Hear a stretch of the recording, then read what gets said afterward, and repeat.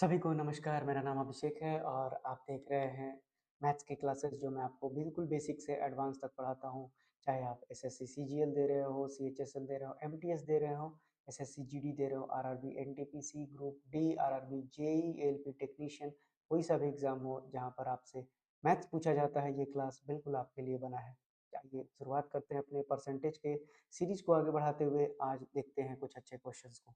तो देखिए आज का हमारा पहला क्वेश्चन है, ओनियन प्राइस इंक्रीज कर जाता है 35% से नया गवर्नमेंट पॉलिसी के हिसाब से। तो बोलता है कि एक पर्सन जो है अपना कंजम्पशन कितने से रिड्यूस करेगा परसेंटेज में, ताकि जो उसका एक्सपेंडिचर है वो बराबर हो जाए, बराबर रहे। अब समझिए सवाल क्या कहता है। सवाल कहता है कि मान लीजिए कि कुछ ओनियन था, ओनियन का प्राइस में बढ़ोतरी हो गया। अब बढ़ोतरी होने के बाद जो है पर्सन क्या चाहता है कि पर्सन जो ओनियन है उसका कंजम्पशन कितना कम कर दे कि जो उसका एक्सपेंडिचर है वो वही रह जाए। ये सवाल है। तो आइए इसको बहुत डिटेल में पढ़ेंगे, क्योंकि ये सवाल हर तरह के एग्जाम में पूछा जाता है। तो सबसे पहले बिल्कुल बेसिक से आपको मैं क्लियर करते चलता हूँ। तो इसका बेसिक क्या है कि मान लीजिए कि ओनियन का प्राइस जो था वो था कितना, 100 रुपये के जी था। मान लेते हैं कि 1 केजी ओनियन का दाम था 100 रुपया। ठीक है। अब 100 रुपया तो दाम था। अब क्या बोला गया है आपके पास, आपको बोला गया है कि अब इस 100% के बजाय 35% की बढ़ोतरी होगी। तो यानी कि अब दाम कितना हो गया, 135 रुपया। और क्वांटिटी कितना रहेगा, 1 केजी ही रहेगा। तो यानी कि चेंज क्या हुआ आपके पास, क्वांटिटी तो वही है अब, लेकिन आपका क्या हो गया, प्राइस चेंज हो गया, है ना। तो आपसे पूछा गया है कि इस क्वांटिटी में वो अपना कितना कंजम्पशन कम कर दे कि वो 135 रुपये जो प्याज का दाम खरीदेगा पर केजी के हिसाब से, वो बराबर हो 100 केजी के हिसाब से। तो मुझे नहीं ना पता है कि वो कितना केजी खरीदेगा 135 के हिसाब से, तो मैं मान लेता हूँ एक्स केजी। अगर 135 रुपये के हिसाब से एक्स केजी ओनियन खरीदता है और वो बराबर किसके होना चाहिए, 100 रुपये केजी के बराबर। तो यानी कि एक्स की वैल्यू कितनी हो जाएगी, 100/135, यानी कि कितना आ गया आपका पास, 0.74 किलो आएगा आपका ये। यानी कि अब 0.74 केजी, यानी 1 केजी में उसने कमी कितने की, यानी कि जो कमी है, कमी मैं लिख देता हूँ, उसने कमी कितने की, तो उसने कमी की 0.26 केजी की। और आपसे यही पूछा गया है कि उसने उसको अपना कितना जो कंजम्पशन है वो कम करना पड़ेगा प्रतिशत में। तो 1 केजी पर वो कितना प्रतिशत, कितना केजी कम किया, तो 0.26 केजी का वो कमी किया। तो परसेंटेज में पूछा है तो इसको 100 से गुना कर देंगे हम। और जैसे ही 100 से गुना करेंगे तो ये लगभग आपका 26% आ जाएगा। तो इस सवाल का तो उत्तर हो गया 26%। तो ये हो गया आपका पहला मेथड जो बिल्कुल बेसिक था। अब आइए समझते हैं दूसरे मेथड के बारे में। सब हर जगह विजिबल है हर चीज़, बिल्कुल। अब आइए समझते हैं दूसरा मेथड। आपको मैं लिख देता हूँ, ये आपका हो गया फर्स्ट मेथड। अब दूसरे मेथड से चलते हैं। दूसरा मेथड क्या है, तो देखिए दूसरा मेथड काफ़ी आसान है और कोशिश करना है आपको कि एग्जाम में इसी मेथड से बनाया जाए। आपसे कहा गया है कि जो प्राइस है, प्राइस कितना से बढ़ा, तो 35% से बढ़ा। अब 35% कितना होता है, तो 5 7 35 और 5 20 100, 7/20। तो यानी पहले प्राइस कितना था, मैंने आपको सिखा रखा है, डिनोमिनेटर वाला पहले लिखा जाता है और बढ़ोतरी या फिर जितना घटता है ऊपर वाले को जोड़ते हैं या फिर घटाते हैं, तो 7 बढ़ गया। तो यानी कि प्राइस 20 से 27 हो गया। तो अब जब हम परसेंटेज के थ्रू सॉल्व करते हैं तो जो मेरा कंजम्पशन होता है, अगर वो रिड्यूस कर रहा है, ध्यान से समझिएगा। अब अगर प्राइस जितना दिया हुआ है जब उसका उल्टा कर देंगे आप, तो वही आपका कंजम्पशन हो जाता है। यानी कि अब जो है, पहले वो 27 कंजम्पशन कर रहा था, अब कितना कर रहा है, 20 कम कर रहा है। क्यों, क्योंकि दाम बढ़ गया है। तो देखिए अब उसने कमी कितने की, कमी उसने की 7 की कमी की। कितने पर कमी किया, 27 पे किया। अब इसको गुना कर दीजिए कितना से, तो इसको कर दीजिए गुना आप 100 से। तो ये कितना हो जाएगा आपका, 700/27 आ जाएगा। अब आपको 700 बटा जब आप 27 करेंगे, परसेंटेज में मैंने कर ही दिया है, तो ये लगभग लगभग आपका 26% रिजल्ट देगा। तो ये भी बात आपको समझ में आ गया होगा। अब आइए देखते हैं इसी क्वेश्चन के तीसरे मेथड को। तो थर्ड मेथड आपको फॉर्मूला है। अब आप भाई साहब, जब मैं पढ़ता था तब ये सब मैंने रखा था। तो देखिए जब आप फॉर्मूला से बनाएंगे, तो अगर किसी कमोडिटी का प्राइस आर प्रतिशत से बढ़ जाता है, तो reduction in consumption so as to increase the expenditure, तो ये कितना लग जाएगा, R/100 + R। और यही तो यहाँ पर पूछा गया है। आर की वैल्यू 35 दी हुई है, तो 100 प्लस 35 कर दीजिए और ये कितना हो जाएगा, गुना 100% कर दीजिए। तो अब ये कितना आ जाएगा आपका 35/135 और गुना आ जाएगा 100। तो 5×7=35 और 5×2=10, 5×7=35। अब 700/27 अभी मैंने बताया लगभग लगभग 26% आ जाएगा। वहीं अगर बोलेगा कि कमोडिटी इंक्रीज करने के बजाय डिक्रीज कर रहा है तो आपको बस 100 माइनस आर कर देना है 100 प्लस आर की जगह। तो ये था पूरा डिटेल इस क्वेश्चन से संबंधित, क्योंकि हर एग्जाम में ऐसा सवाल आपको पूछा जाएगा। तो आपको तीनों में से जो भी मेथड पसंद हो आप उसी से बनाइए, पर ऐसा बनाइए कि आपको जो समय लगे वो तीनों में बराबर का समय लगना चाहिए। चलिए अब आइए देखते हैं अपने अगले सवाल को। अगला सवाल आपसे कहता है कि जो 20% टॉय है जो प्रोड्यूस हो रहा है फैक्ट्री में वो डिफेक्टिव है, और जो 25% जो रिमेनिंग का बचता है वो डैमेज है। तो आपसे पूछा गया है कि 4800 जो टॉयज था वो गुड कंडीशन में था। ठीक है ना, हम मान लेते हैं मेरे पास इनिशियली टॉय की कंडीशन कितनी थी, 100% थी।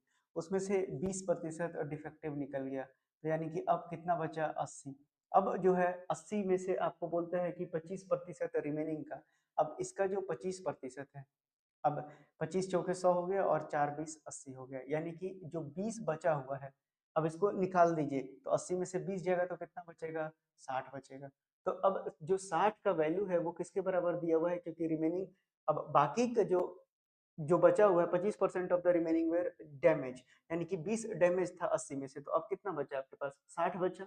और बोलता है कि ये जो 60 है यही किसके बराबर है, 4800 के बराबर है, क्योंकि कहा है ना आपसे सवाल में कि 4800 toy were in good condition. तो ठीक है, अब 4800 गुड कंडीशन में था तो इसको इससे काट दीजिए, 6×8=48, तो एक की वैल्यू कितनी आ गई आपके पास, 80 आ गई। अब एक की वैल्यू 80 आ गई तो ओरिजिनल नंबर पूछा है, तो ओरिजिनल नंबर कितना था आपके पास, 100 था। तो 80 को 100 से गुना कर दीजिए तो कितना हो जाएगा आपके पास, 8000, यानी 8000 इसकी ओरिजिनल संख्या थी, यानी इस सवाल का सही उत्तर हो जाएगा ऑप्शन नंबर बी। चलिए देखिए अब अगला क्वेश्चन जो आपके एग्जाम में हर एग्जाम में पूछा जाता है, आपसे कहता है कि 25% का अगर रिडक्शन हो जाता है वीट के प्राइस पर केजी के हिसाब से, तो जॉन जॉन बनेगा डॉन। तो John is able two by 5 kg more for 600। तो बोलता है कि ओरिजिनल प्राइस बताइए वीट का पर केजी कितना था। तो देखिए रिडक्शन कितने का हुआ है, ध्यान से समझिएगा आप। रिडक्शन बोला है यानी कि कमी बोल रहा है, तो रिडक्शन कितने का हुआ, 25%। 25% का मतलब कितना हो गया, 1/4 मैं लिखा के रखा हूँ। यानी कि अब ध्यान से समझिएगा कि ये आपको सवाल में बोला है प्राइस में रिडक्शन, तो मैं बोलूँ कि प्राइस में पहले प्राइस 4 था, बाद में 1 की कमी हो गई, यानी कि प्राइस कितना हो गया, 3 हो गया। और मैंने बार बार समझाया है कि प्राइस और कंजम्पशन क्या होता है, अभी तुरंत समझाया है कि जस्ट उल्टा होता है, यानी कि कंजम्पशन पहले 3 कर रहा था, अब कितना करने लगेगा, 4। ठीक है, अब बोलता है, अब ध्यान से यहीं पर समझने वाली बात है, अगर इतना समझ जाएंगे तो फिर आपको किसी क्वेश्चन में गलती नहीं होगा। तो अब बोलता है कि अब जो है जॉन एक मतलब कि 5 kg ज्यादा खरीद पा रहा है 600 रुपया में। ध्यान से समझेंगे, यानी कि यहाँ कमी कितने की हुई, एक की कमी हुई। तो अब 3 से जब 4 हुआ तो वो 5 kg ज्यादा खरीद पा रहा है, तो कमी कितने का, एक, यानी कि एक की वैल्यू कितनी दी हुई है, 5 kg दी हुई है। तो ओरिजिनली वो कितना खरीद रहा था, 15 किलो खरीद रहा था। और जब प्राइस जो है कम हो गया तब वो कितना खरीद रहा था, 20 kg खरीद रहा था। तो आपसे पूछा है कि ओरिजिनल प्राइस कितना था, तो क्या कहा गया है कि 5 kg वो जब ज्यादा खरीद रहा था 600 रुपए में खरीद रहा था, तो 15 kg कितना में खरीदेगा, तो 600 बटा ओरिजिनल प्राइस उसका कितना रहा होगा, 40 रहा होगा, यानी 40 रुपया किलो वो ओरिजिनल में खरीद रहा था। ये बात समझ में आ गया होगा, यानी इस सवाल का तो उत्तर कितना हो जाएगा आपका, ऑप्शन नंबर सी हो जाएगा। लेकिन जब ये इसको भी निकाल के आपसे ये भी तो पूछा जा सकता है, ये सिर्फ बताने के लिए है कि जब वो बढ़ा, यानी कि जब कंजम्पशन बढ़ाया तब वो कैसे रुपए किलो खरीद रहा था, तो 600 रुपये, 600 रुपया दाम था और 20 के हिसाब से खरीदेगा, तो यानी कि अब उसको कितना रुपए पड़ रहा है, 30 रुपए पड़ रहा है। लेकिन सवाल में आपसे पूछा था कि 15 kg के हिसाब से कितना पड़ रहा है, तो 40 रुपया पड़ रहा है। तो ये काफी आसान मेथड है। अब आपको धीरे धीरे चीजें समझ में आ जाएंगी कि एग्जाम में कैसे इस क्वेश्चन को सॉल्व करना है। आइए देखते हैं अगला सवाल। अगला सवाल काफी आसान सवाल दे दिया गया है कि अनीता जो है ऑपरेट करती है एक फैशन बुटीक। अब उसका एक्सपेंडिचर का डिटेल दिया हुआ है, परचेज पर वो 30% खर्च करती है, साथ ही साथ आपको और दिया हुआ है कि जो टेलर का पेमेंट है उस पर वो 40% का खर्च करती है, और उसके बाद बोलता है कि जो 30% है वो रेंट एंड इलेक्ट्रिसिटी पर करती है। तो यानी कि टोटल देख लीजिए ना, 100% तो हो ही गया है, यानी कि पूरा का पूरा खपत हो गया। अब बोलता है कि अगर उसका टोटल एक्सपेंडिचर 50,000 है, तो यानी कि जो 100% की वैल्यू है वो कितना दिया हुआ है, 50,000 दिया हुआ है। तो यानी कि 1% की वैल्यू कितनी आ जाएगी आपके पास, तो 1% की वैल्यू आ जाएगी 500 रुपया। सॉरी 500 आ जाएगा 1% का वैल्यू, हाँ 500 रुपया, बिल्कुल सही बोला मैंने। तो बोलता है कि how much she spend on tailor payment, तो टेलर पर उसने कितना खर्च किया, तो 40 किया, तो 40 से दोनों तरफ गुना कर दीजिए। तो 40% की वैल्यू कितनी आ जाएगी, तो पंजों के 20,000 आ जाएगी। तो 20,000 जो रुपया है उसने खर्चा किया किस पर, टेलर एक्सपेंडिचर पर। अब ऑप्शन देखिए कि कौन सा ऑप्शन आपका सही लग रहा है, तो ऑप्शन नंबर सी इस सवाल का सही उत्तर हो जाएगा। तो मैंने यहाँ 20,000 लिखना है, ठीक है, 20,000 कर लीजिए और इसको प्रतिशत में इधर रुपया रहेगा। तो ये बिल्कुल आपको समझ में आ गया होगा। चलिए बढ़ते हैं अपने अगले सवाल पर।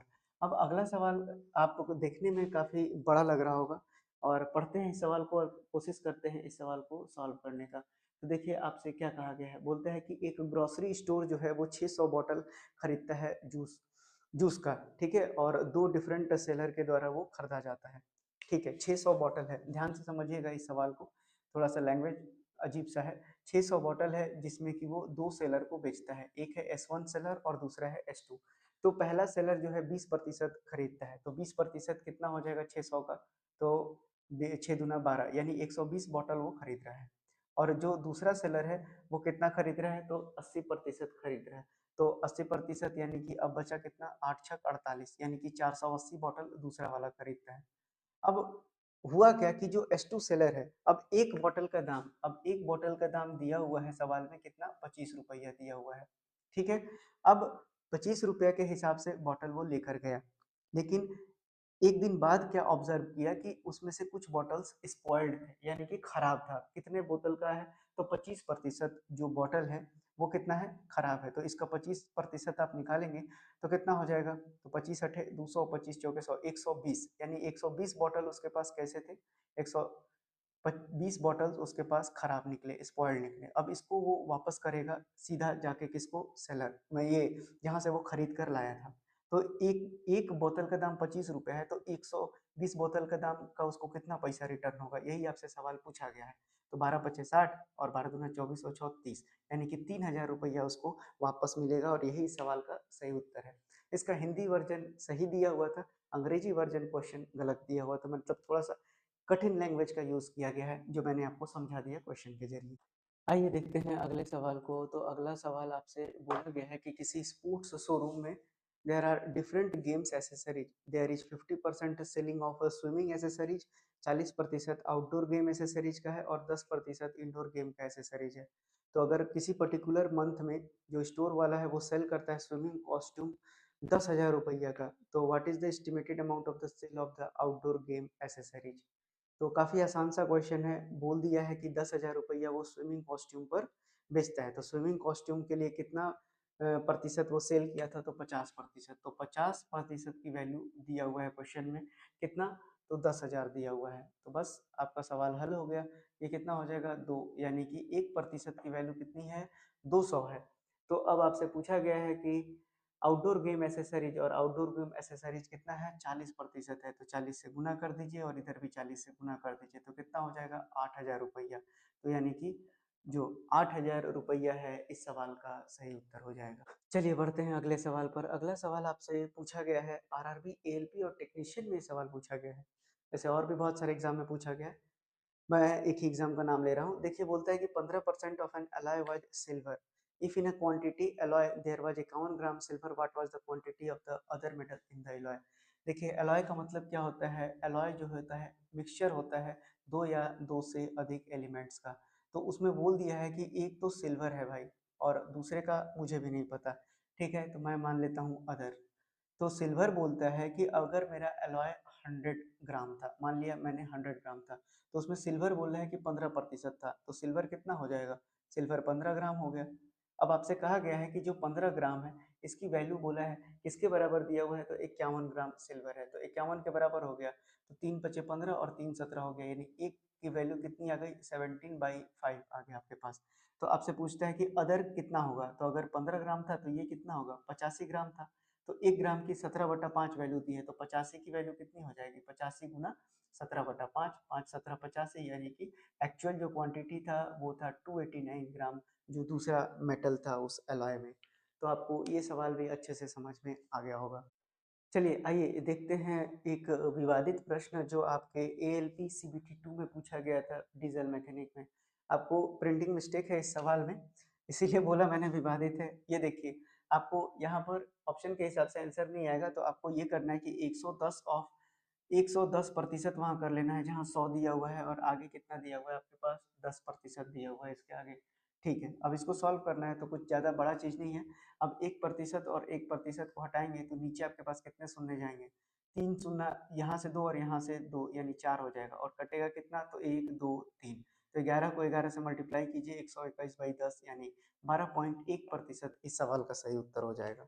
आइए देखते हैं अगले सवाल को, जो टेढ़े मेढ़े लैंग्वेज में पूछा गया। आपसे बोलता है कि अगर कोई सॉल्यूशन है जिसमें कॉमन साल्ट का क्वांटिटी दिया हुआ है 320 ग्राम पानी में 33 ग्राम सॉल्ट है, तो आपसे कहता है कि calculate the concentration percentage of the solution in the context of mass by mass percentage. तो कुछ नहीं कह रहा है, बोलता है कि अगर आपके पास जो पानी है, पानी यानी कि 320 ग्राम पानी में आपको दिया हुआ है कि 33 ग्राम आपके पास नमक है, यानी कि सोडियम क्लोराइड इतना है, और 320 ग्राम आपके पास पानी दिया हुआ है। तो यानी कि इन दोनों का मिक्सचर क्या हो जाएगा, 320 और 333 हो जाएगा। और इसी में पूछा है कि जो मास है, यानी percentage concentration of mass by mass बोला है, तो यानी कि उसमें 33 ग्राम अगर हम सोडियम क्लोराइड लेंगे और 100 से गुना कर देंगे, और उसी का परसेंटेज आपसे पूछा गया है, तो यानी कि ये लगभग लगभग 9.35% के आसपास आएगा।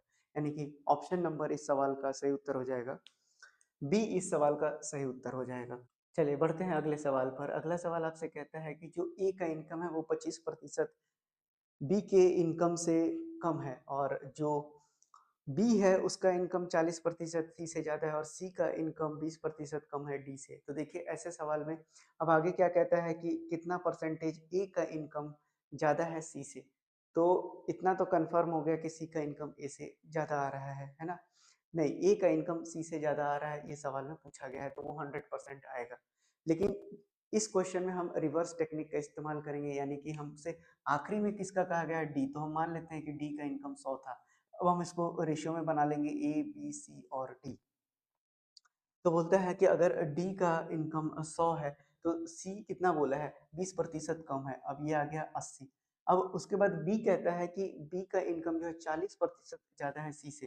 तो 40% ज्यादा का मतलब क्या हो गया, तो 80 का 140% आप निकाल सकते हैं। तो ये कितना हो जाएगा आपके पास, 14 8 112 हो गया।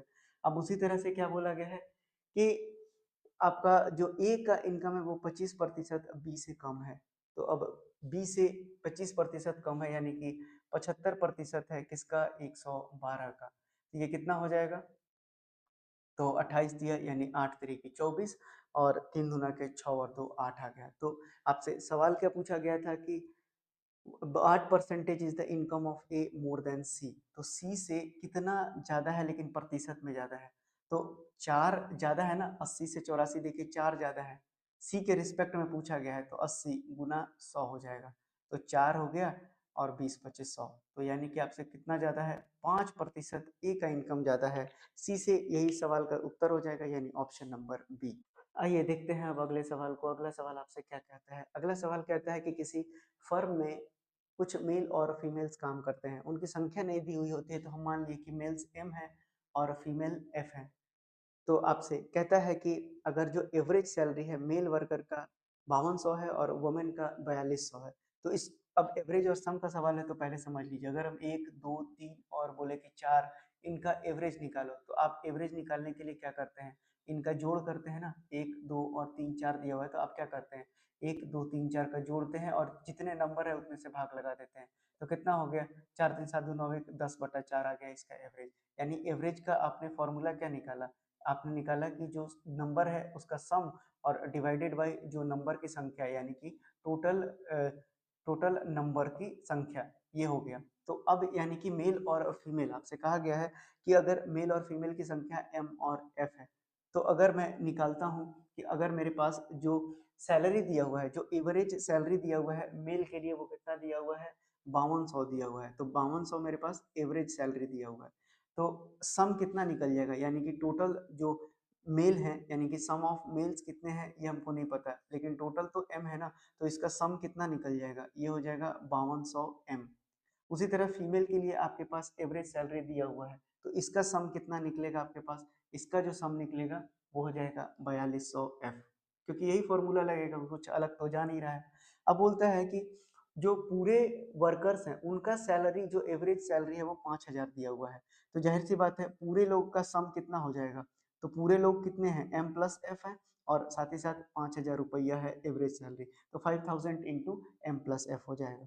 तो देखिए, अब इन दोनों को मैं जोड़ दूं, इन दोनों को जोड़ दूं तो भी क्या आएगा, ये टोटल ही सम तो आएगा, और ये भी कितना दिया हुआ है, टोटल सम ही तो आपका आया हुआ है, तो ये कितना हो जाएगा आपका 5200 m, और साथ ही साथ 4200 f दिया हुआ है। अब अगर मैं क्वेश्चन को हटा दूं ताकि आपको नीचे का पोर्शन दिख जाए, मैं क्वेश्चन हटा देता हूं पहले तो देखिए अब ये कितना हो जाएगा आपके पास, तो ये दोनों को हम इक्वेट कर सकते हैं, तो यानी कि 5000, इसको मैं एक साथ सॉल्व करके लिखता हूँ, जो 5000 m है और जो 5000 f है, उसकी वैल्यू कितनी हो गई, ये हो गया 5200 m, और साथ ही साथ 4200 f के बराबर।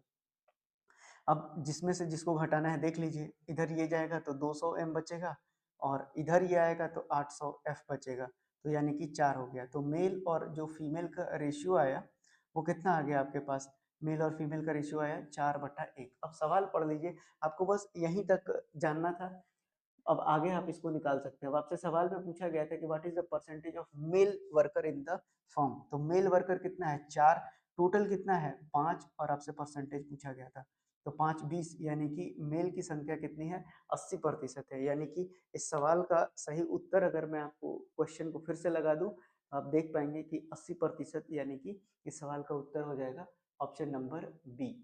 आई होप ये भी सवाल आपको क्लियर हो गया होगा, अच्छा सवाल था। तो आज की क्लास को हम यहीं तक रखेंगे, मैथ्स की क्लास, अब आगे के क्वेश्चंस हम आगे की क्लासेस में देखेंगे। तो बिल्कुल पढ़ते रहिए, बढ़ते रहिए, आपकी नौकरी निश्चित रूप से लग जाएगी। तो आशा करता हूँ सब लोग अच्छे होंगे, अच्छे से रहिए, वीकेंड में जरूर रिवीजन करने की आदत डालिए, जितना ज़्यादा रिवाइज करेंगे आपको एग्जाम में उतने ही अच्छे मार्क्स देखने को मिलेंगे। साथ ही साथ सेक्शनल मॉक लगाते चलिए, चाहे आप नए हों चाहे पुराने हों, आप मॉक लगाना आपके लिए काफ़ी ज़रूरी है। अगर आप जो भी सेक्शन पढ़ रहे हैं तो सेक्शन वाइज मॉक लगाइए, पूरा पढ़ चुके हैं तो पूरा मॉक लगाइए। तो आज के लिए इतने ही, धन्यवाद।